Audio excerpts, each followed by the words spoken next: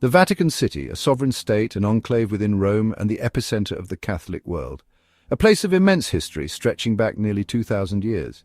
And profound faith. A faith that has shaped civilizations, inspired art, and guided billions. Its ancient stones have witnessed empires rise and fall, the ebb and flow of power, the relentless march of time, absorbing both prayers and secrets. Every stone, every archway, every hidden corner holds a story waiting to be told. As evening falls, casting long shadows across the square and St. Peter's Square empties, the throngs of tourists and pilgrims fade away, leaving behind an echoing emptiness. A heavy silence settles over the apostolic palace, a silence that seems to amplify the weight of history and responsibility. In this quiet whispers travel, carried on the draughts that snake through the ancient corridors. Subtle glances, sudden hushes, furtive meetings held in the dead of night, a tension that lingers in the air, thick and palpable, a sense of unease that permeates the very walls. These are not idle rumors, the kind that circulate in any institution, but signs of a deeper division, a schism that threatens to tear the Church apart from within, a struggle for the soul of the Catholic faith, a battle between tradition and progress, between dogma and reform. The real drama unfolds not in grand basilicas, where the light of God shines brightly, but in secluded chambers, far from the prying eyes of the world, where power is quietly wielded, and decisions are made that will affect the lives of millions. The world sees only the facade, the carefully constructed image of unity and holiness, the smoke from the Sistine Chapel, signaling the election of a new pope, the pope on the balcony offering his blessing to the faithful. But within these walls, behind the ornate tapestries and the solemn rituals, the reality is far more complex. A labyrinth of ambition, intrigue, and unwavering faith, a human drama of conviction, doubt, ambition, and piety. A constant struggle between the earthly and the divine. The players are men of God, chosen to serve a higher purpose, but also men with deeply held conflicting beliefs, shaped by their own experiences and interpretations of Scripture. When such beliefs clash, when personal ambition trumps spiritual guidance, the reverberations can shake even a 2,000-year-old institution. The very foundations of the Church can tremble. The story begins not with a shout, not with a grand declaration of war, but with a whisper, a secret shared, a doubt expressed, a seed of dissent planted. To understand, one must look past the gilded ceilings, the breathtaking artwork, and observe the subtle signs, the unspoken cues, the hidden agendas, a tense posture, betraying inner turmoil, a tightly held document containing secrets that could shatter the Church, a prayer that sounds more like a plea, a desperate cry for guidance in a time of crisis. Here in the nuances of human behavior, in the subtle dance of power and influence, the story of Pope Leo XIV and Cardinal Luis Antonio Tagle begins. Two men, bound by faith, yet divided by vision. It is a story of two visions for one church, a clash of ideologies that will determine the future of Catholicism. A quiet battle waged with ideas, influence, and trust. A battle for the hearts and minds of the faithful. The Vatican's silence is heavy, pregnant with unspoken words and hidden intentions, but it is filled with meaning. Every gesture, every symbol, every carefully chosen word carries weight. The world outside sees unity, a united front presented to the masses. Inside, a fracture grows, a crack in the foundation that threatens to widen and bring the entire edifice crashing down. The whispers are the first sign of a coming storm, a storm that will test the faith of millions and redefine the Catholic Church. And so the stage is set, the players are in place for a conflict that will shape the future of the Church, a future hanging in the balance. To understand the brewing conflict within the Vatican's hallowed halls, we must first know the men at its heart. Two figures, diametrically opposed, each a shepherd guiding their flock along vastly different paths. Pope Leo XIV, born Giovanni Bellini, is a scholar steeped in history, a guardian of tradition and the established order. His faith is a fortress built on centuries of doctrine, unyielding and resolute against the winds of change.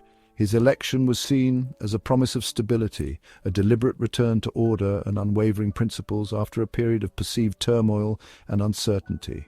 In stark contrast stands Cardinal Luis Antonio Tagle, hailing from the Philippines, a land far removed from the Vatican's ancient power. He embodies a faith actively lived among the poor, the forgotten, and the marginalized, a testament to compassion in action.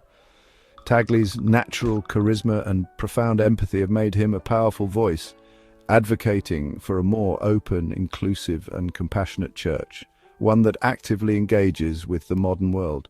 Their differences are not merely superficial, they are deeply ingrained and fundamental. One clings steadfastly to the perceived certainties of the past, while the other eagerly embraces the challenges and opportunities of the present. Their rivalry, though often unspoken, plays out in subtle maneuvers and strategic positioning within the Vatican's intricate power structure. It manifests in official documents, in carefully crafted homilies, and in the shaping of church policies, all of which reflect their fundamentally opposing visions for the future of the Catholic Church. Leo, driven by a deep-seated fear of chaos and fragmentation, clings tenaciously to tradition and established norms. Tagle, on the other hand, firmly believes that the Church must actively adapt to the evolving needs of the world and serve the spiritual and material needs of all people. These are not mere intellectual exercises or abstract theological debates, but deeply held convictions forged in the crucible of their own lived experiences. The stage is now set for an inevitable, if often quiet and subtle, collision between these two powerful figures and their opposing visions for the Church. Pope Leo the Lion sees himself as the guardian of unchanging faith. His sermons are precise, rooted in centuries-old doctrine. He believes strength lies in tradition. Cardinal Tagle, the Evangelist, sees the Church as a field hospital, mercy over judgment, presence over condemnation. He champions a church that gets its hands dirty, meeting people where they are. Their conflict becomes visible in appointments and policies. Leo tightens discipline. Tagle advocates for inclusion and social justice. Each man, sincere in his convictions, pulls the Church in opposite directions. The tension grows, threatening to break the fragile balance. The Church stands at a crossroads, its future uncertain.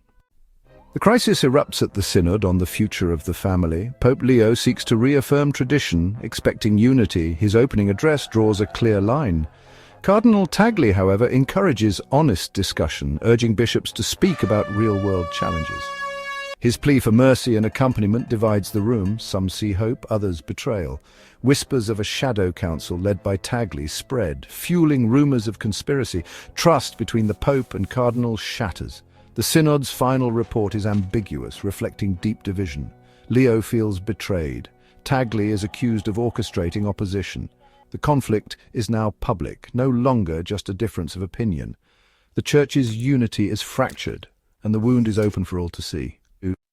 What drives these men? For Leo, it's duty, a sacred obligation to preserve tradition, fearing failure before God. For Tagle, conscience is shaped by the faces of the poor and outcast. He asks, what would Jesus do? Leo's rigidity is born of fear. Tagle's reform is a desperate attempt to make the gospel credible. Power is inescapable. Leo consolidates authority, surrounding himself with loyalists. Tagle's influence comes from his popularity and global appeal. Was Tagle's following a challenge to the Pope, or a natural result of his pastoral approach? Their struggle is both personal and political, a battle for the Church's soul. The question of power is inseparable from the question of conscience. After the Synod, the Vatican grows colder. The Pope never rebukes Tagle publicly, but the Cardinal is quietly sidelined. Invitations vanish, projects stall, and the Pope's homilies warn of false prophets. Rumors and anonymous accusations paint Tagle as a modernist threat. It's a campaign of isolation, not removal. Excommunication by rumor. Tagle becomes more reserved, burdened by the impossible position he's in. To defend himself would confirm the division, so he chooses silence. His supporters see humility, his critics guilt. Trust is lost irreversibly. The Pope now sees Tagle as the leader of an internal opposition. Tagle, acting in good faith, is branded a traitor. Their relationship is reduced to suspicion and silence. The Church is left wounded, the rift unhealed. The announcement comes. Cardinal Tagle is reassigned as pontifical emissary for Marian shrines in East Asia. The title is prestigious, but it removes him from Rome's power. Headlines call it exile. The Vatican claims it's a pastoral mission. Few believe the official story. It's the final move in a silent chess game. Tagle leaves quietly, his absence creating a vacuum in the Curia. His voice for the marginalized is gone from the halls of power. Supporters see a martyr for reform. The Pope's allies see restored order. The empty chair becomes a symbol of the conflict, a testament to one vision's victory, another's exile. Was it punishment or a sacrifice to prevent greater division? The truth remains locked behind Vatican walls. The Church is changed, its future uncertain. The silence in Rome speaks volumes. The official story is written. Pope Leo leads with order and tradition. Yet the echoes of conflict remain, heard in conversations across the Catholic world. The division has spread beyond the Vatican, living among the faithful. Tagle, now in East Asia, is silent but present, a symbol of hope for some, loss for others. His silence is powerful, its meaning debated. The questions raised by their rivalry doctrine or mercy, law or love, remain unanswered. The Church appears united, but deep currents of disagreement persist. The tension waits for the next crisis to surface. This is more than a clash of personalities, it's a spiritual question for every Catholic. The fallout is not just political, but deeply personal and spiritual. And so after all the maneuvering, the debates, and the quiet agreements, we arrive at an uneasy peace. A fragile truce hangs in the air, a moment of stillness after a storm of change. The outward structure of the Church is preserved. Its ancient rituals continue. Its familiar face remains, but at a cost. A significant shift has occurred beneath the surface. A voice full of promise and potential has been silenced, its influence curtailed. A path brimming with possibilities was not taken, a direction unexplored. And because of this, the Church is undeniably poorer for it. The richness of diverse perspectives has been diminished, the potential for growth stunted. Pope Leo, with a steady hand, restores the tapestry of tradition, carefully mending what he perceives as tears in the fabric of the Church. But in reinforcing the old, has it become brittle? Has the emphasis on the past made it less adaptable to the future? Tagle, with his vision of inclusivity and change, wanted to weave new threads into that tapestry, to create a richer, more vibrant design. He sought to keep the Church alive and relevant in a rapidly changing world, to bridge the gap between ancient faith and modern life. The future of the Church remains unwritten, a blank page waiting to be filled with the ink of decisions and actions. Will a steadfast adherence to tradition lead to a renewed sense of purity and devotion, or will it result in irrelevance and isolation? Will the seeds of mercy and compassion, so carefully sown by Tagle, sprout and flourish, bearing fruit for generations to come, or will they be forgotten, choked by the weeds of dogma?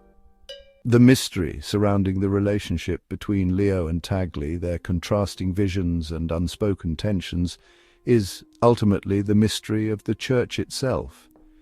It is a story of the divine and the human, intertwined and inseparable, a tale of the holy and the divided, of faith tested by doubt and tradition challenged by change.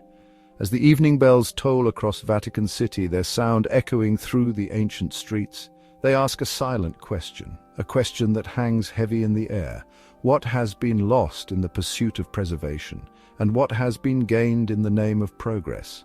The case of Leo and Tagle is not closed. The final verdict is yet to be delivered. For the heart of the mystery, the true resolution of this conflict lies not in the past, but in the uncertain path that stretches out before them into the future. The Church's story continues, an epic narrative unfolding across centuries, shaped by the choices of its shepherds, the leaders who guide its flock through turbulent times, and ultimately by the unwavering faith and fervent prayers of its people, the millions who seek solace and guidance within its walls. The silence of the Vatican, heavy with history and tradition, is filled with unspoken questions, with anxieties and hopes for the future. These questions linger in the air, waiting patiently for answers that only the passage of time and the unfolding of events can ultimately give. Please subscribe to our channel History Documentary Hub for more insightful videos and intriguing content.